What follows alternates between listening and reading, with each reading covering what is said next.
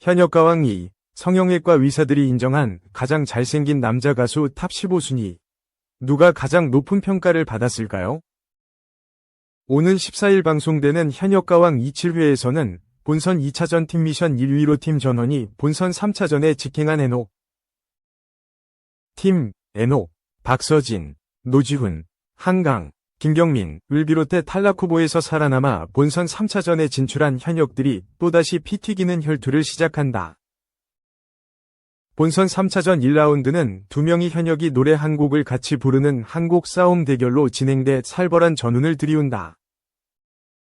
대결에 앞서 대결 상대 지목에서부터 날선 기싸움은 물론 승리를 향한 불꽃 화력이 타오르는 모습으로 열기를 드높인다. 색깔이 전혀 다른 현역에게 지목을 당한 한 현역은 왜 하필 나지?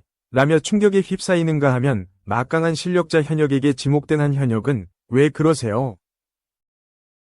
왜 저럴까? 저 사람이? 라고 당혹감을 드러내는 등 곳곳에서 한탄을 터뜨린다. 지목자와 지목당한 자 간의 극과 극 반응이 폭발한 가운데 어떤 현역들이 한곡 싸움에서 맞대결을 펼칠지 파란의 대진표의 귀추가 주목된다. 그런가 하면 한곡 싸움은 마스터 총점과 관객 총점을 두 명이 나눠 갖는 제로섬 게임 방식으로 진행돼 더욱 혹독해진 긴장감을 드리운다. 현역들이 한 명이 높은 점수로 승리할 경우 다른 한 명이 탈락의 위기에 처하는 네가 죽어야 내가 산다 라는 잔인한 룰 앞에 한층 굳어진 표정을 내비친 것. 한 현역은 무대를 끝낸 후 어렵다 어려워. 왜 이렇게 어려운 거야? 라는 아쉬움을 토해내는가 하면 대기실에서는 목숨이 걸린 일이라 박수도 안 터진다 라는 말로 살얼음판 현장 분위기를 드러내기도 한다. 과연 본선 3차전 제로섬 게임을 통해 승리를 만끽하고 준결승에 올라갈 현역은 누구일지 관심을 모은다. 제작진은 오는 14일 방송될 7회는 현역들의 팽팽한 기싸움과 필사의 대결 위지가 고스란히 느껴지는 더욱 박진감 넘치고 흥미진진한 한 회가 될 것이라며 준결승을 목전에 둔 중요한 라운드인 본선 3차전이 무대를 기대해 달라 라고 전했다.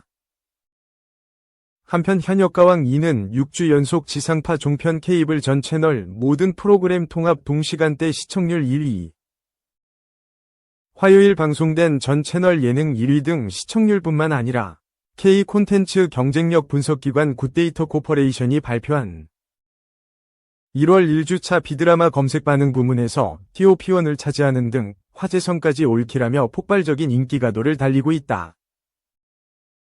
또한 박서진, 강문경, 진혜성, 에녹, 황민호, 환희 등이 무대 영상 조회수 100만 회를 뚫으며 시청자들이 열광한 무대 TOP7의 주인공들로 이름을 올렸다. 2. 전유진, 현역가왕 당시 자취. 2주 행복했지만 금방 더러워져. 솔직, 손트라. 1월 13일 방송된 MBC 표준 FM, 손태진의 트로트 라디오에는 현역가왕 전유진 초대석이 그려졌다. 이날 방송에는 20살로 돌아간다면 하고 싶은 일이라는 주제로 사연을 소개했다.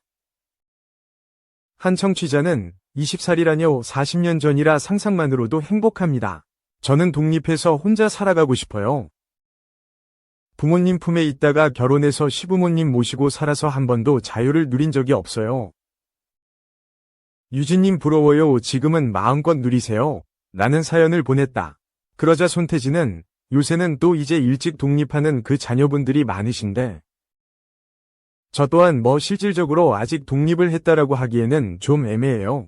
애매한데 왜냐하면 부모님이 해외에 계시고 이제 들어오실 때 같이 있을 수 있는 집이다 보니까 근데 이제 많은 분들께서 혼자 살아보면 어땠을까? 이런 궁금증 충분히 가질 만한 것 같다고 했다. 전유진은 사실은 현역 가왕 했을 당시에는 정말 자취를 한 2달 정도 했었는데 사실 정말 솔직하게 말하면 2주 정도는 너무 행복했다. 고의 손태진을 놀라게 했다.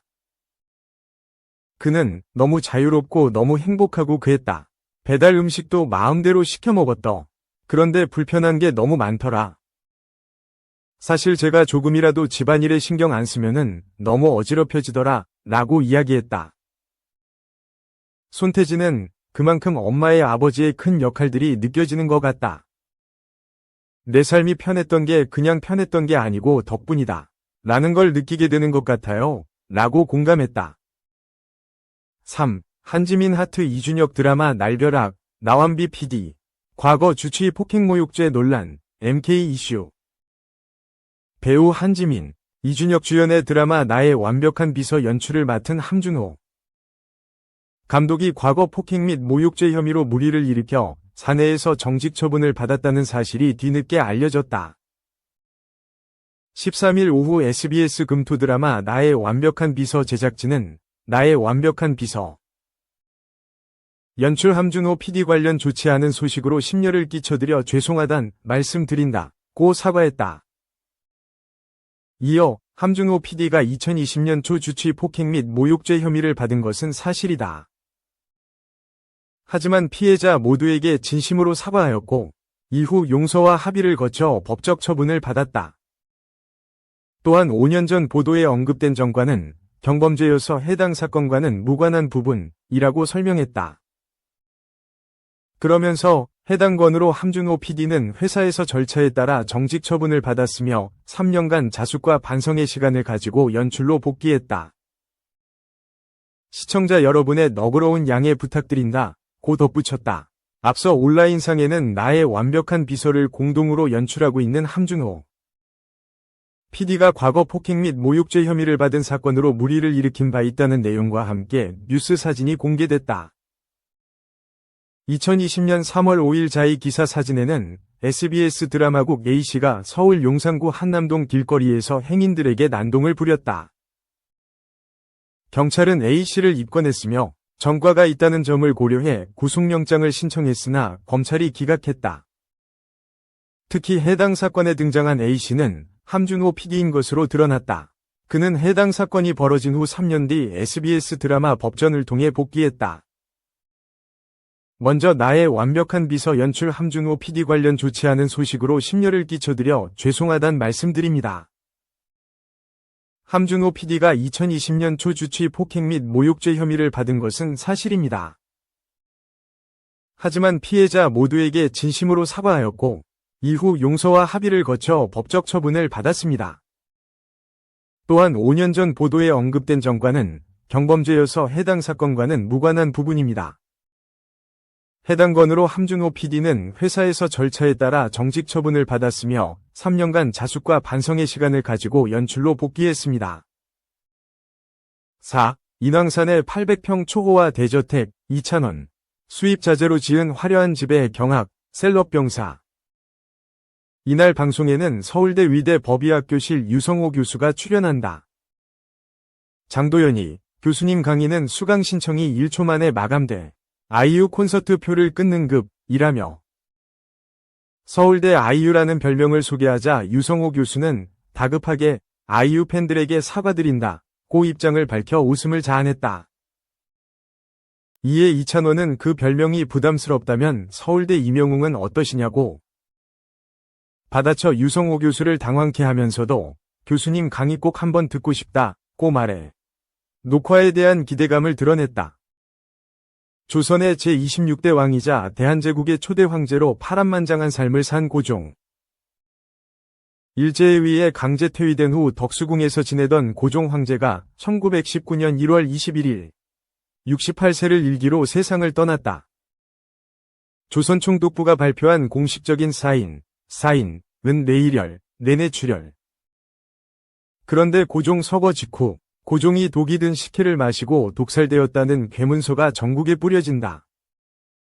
고종은 사망 당일 식혜를 마신 후 갑작스러운 마비 증세와 발작을 일으키다 급서했다. 고종의 염을 지켜본 이들의 증언에 따르면 사망한 고종의 이가 모두 빠지고 가 닳아 없어지는 등 시체 상태가 이상했다는데 고종은 정말 독살된 걸까? 만약 고종이 독살되었다면 누가, 왜 고종을 독살한 것일까?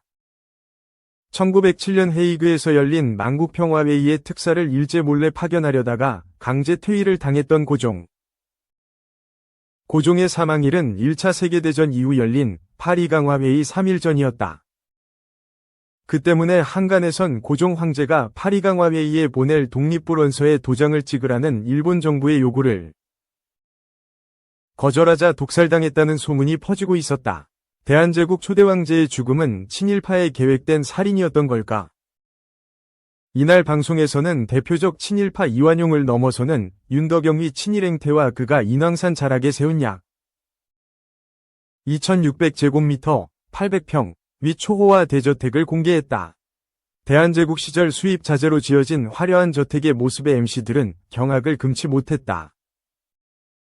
죽은 이에게 억울함이 없도록 그 사인을 명확히 밝혀낸다는 서울대 법의학교실 유성호 교수가 고종 독살에 대한 의혹 분석에 나섰다.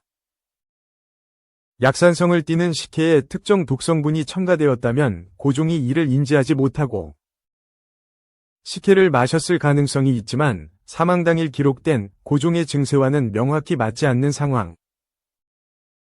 게다가 사망한 고종 몸에 남아있던 수상한 흔적들은 모두 이것 때문이라는데 과연 법의학자 유성호 교수가 법의학적 소견과 역사적 기록을 종합해 내린 고종 독살설의 결론은 무엇일까?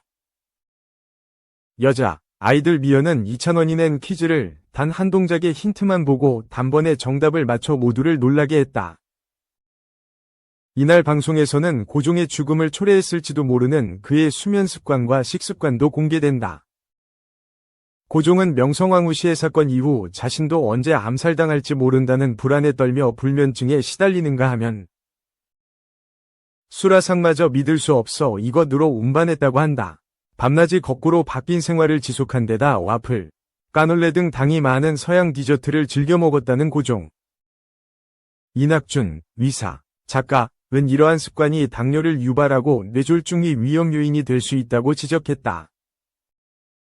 또한 뇌졸중의 최신 치료 기술까지 전하며 깨알 의학 소식도 놓치지 않았다. 대한민국 최초 의학 스토리텔링 프로그램인 셀럽병사의 비밀 제5화 고종편은 오는 1월 14일 화요일 저녁 8시 30분 KBS 2TV에서 방송된다.